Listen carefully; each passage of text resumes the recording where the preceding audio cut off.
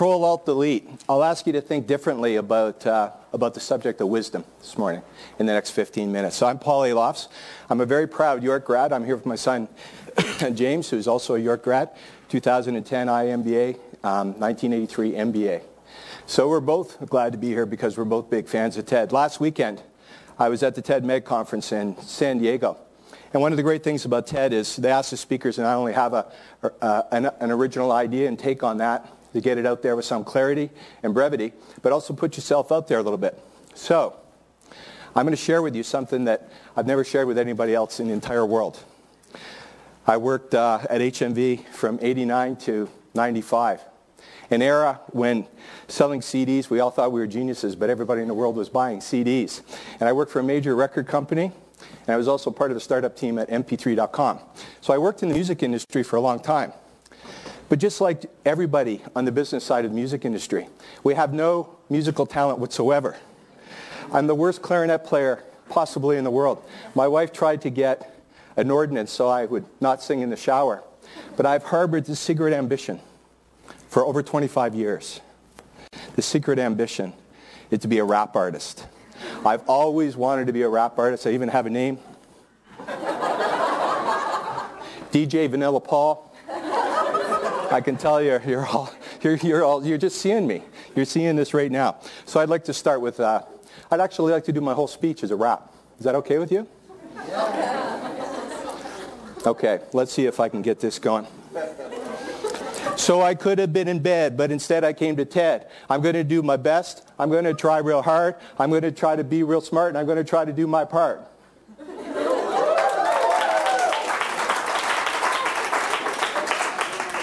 I know how bad that was. Control-Alt-Delete.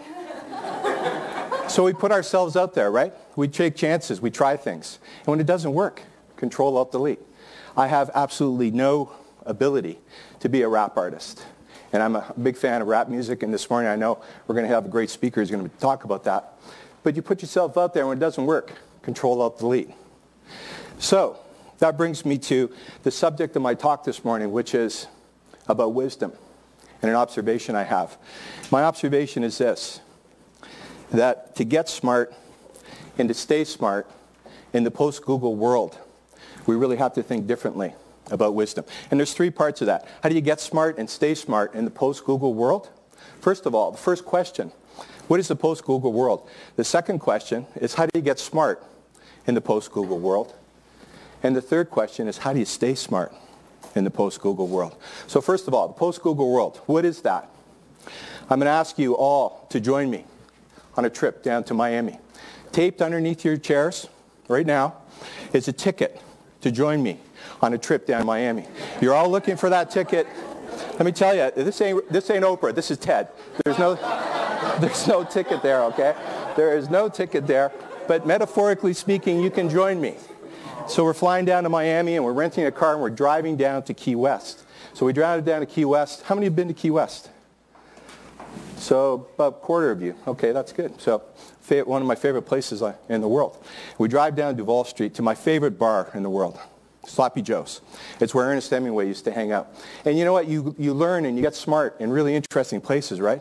Sometimes it's at school. Sometimes it's at work. Sometimes it's from hanging out with really interesting people with diverse backgrounds and much different points of view from you. But you find out and you learn things and you get smart in really, really different places. So, down sitting in the bar, Sloppy Joe's, they have two great performers, Pete and Wayne. Very rude, very funny singers. And they always ask questions of the audience in between their songs. And today they said, how many people are going to university? About half the people in there were college kids. How many people are parents sending their kids to university? Just about everybody else put their hand up. What, are you spending $100,000 going to university? Spending $200,000 going to university? What for? We've got Google.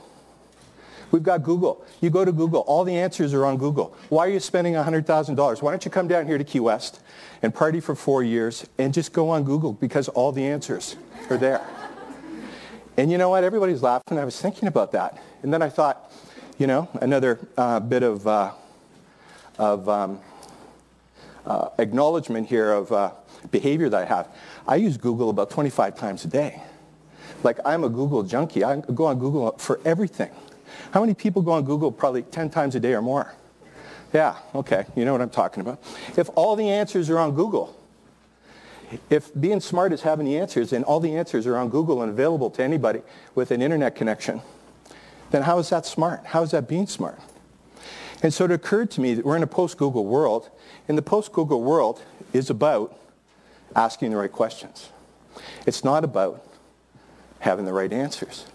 If two bar singers in Key West with Google can Google just about anything and have all the answers all the time, instantaneously, doesn't that really change the way that we think about what is wisdom?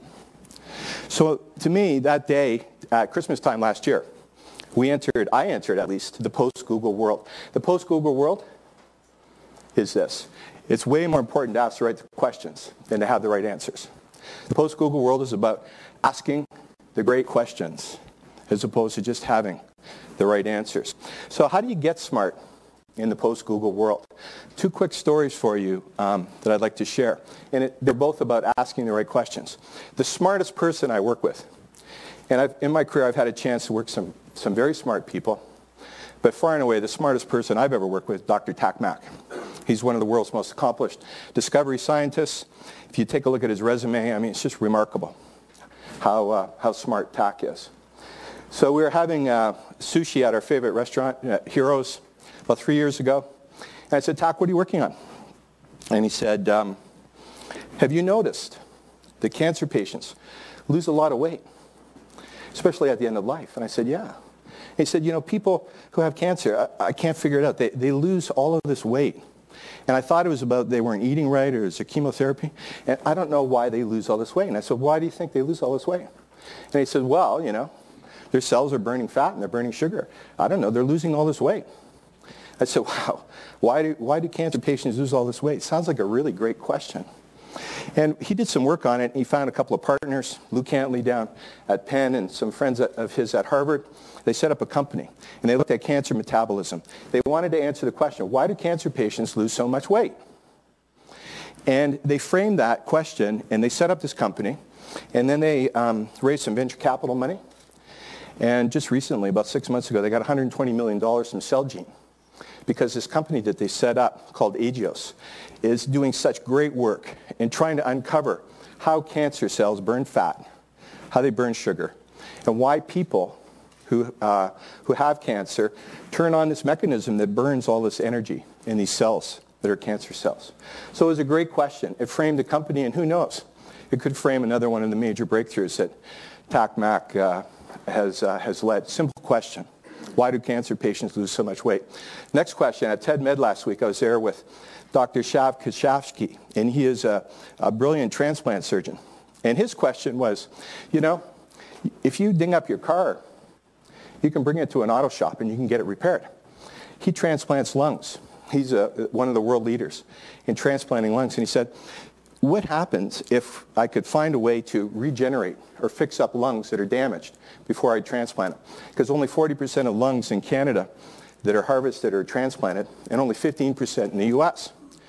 So what if I could find a way, a mechanism, a body shop, to put a lung that's damaged and regenerate it over a period of weeks or months? So he developed this pump, this machine, this fluid. I won't go into the technology, but he was the keynote speaker last week at TED Med.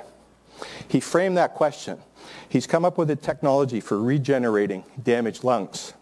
An opera singer came out and did this beautiful aria, and as she sang the aria, she stopped and she said, a year ago today, I got out of the hospital, and I'll show this with you. I had a double lung transplant. These aren't my lungs you're hearing.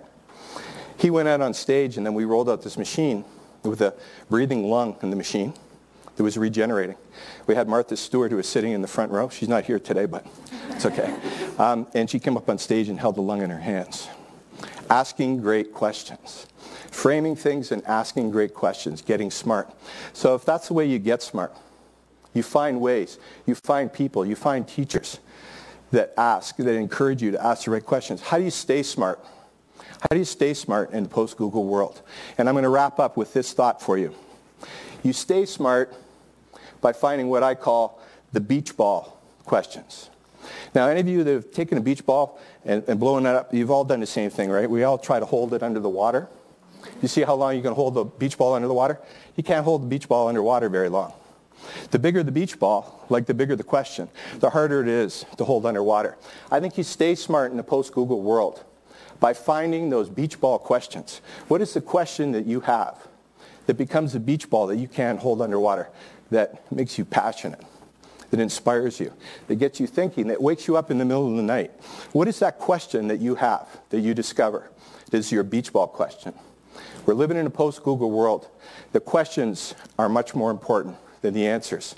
You get smart in the post-Google world by asking the right questions, and you stay smart by finding those big, personal, incredible questions that become your beach ball questions. You try to hold them underwater, but you can't. They inspire you to learn. They inspire you to be smart and stay smart. Thanks, everybody.